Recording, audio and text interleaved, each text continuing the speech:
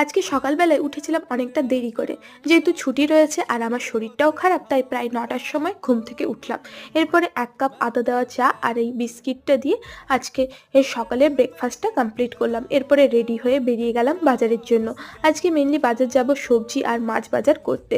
তো এখান থেকে লোটে মাছ নিয়েছিলাম আর এই সবজিগুলো বাজার থেকে আনি, আর সাথে এই কসমসের গাছগুলোও এনেছিলাম। আগেরবারে কসমস গাছগুলো ইঁদুরে খেয়ে ফেলেছিল, তাই এবারে ঠিক করেছি গাছগুলো যতদিন সতেজ না হচ্ছে আমার রুমেই রাখবো। আর তাই জন্য এখানে ছাদে লাগিয়ে তারপর রুমে নিয়ে যাই। আর এই দুটো ফুলও এনেছিলাম আমার রুমের জন্য, তো এই দুটো সাজিয়ে দিই, কি সুন্দর লাগছে না দেখতে। আর এরপরে লাঞ্চের জন্য ঝাল ঝাল করে টমেটো বড়ি ভর্তা বানিয়েছিলাম। যেহেতু আমার মুখে টেস্ট আমি পাচ্ছি না, তাই জন্য এটা বেশ ভালোই লাগলো। আর তারপরে রাতে ডিনার করে স্কিন কেয়ার করে বসেছিলাম এই কোরিয়ান সিরিজটা দেখতে। আর এইভাবেই কাটে আজকের আমার দিনটা। আর ভিডিওটা ভালো লাগলে লাইক শেয়ার সাবস্ক্রাইব করতে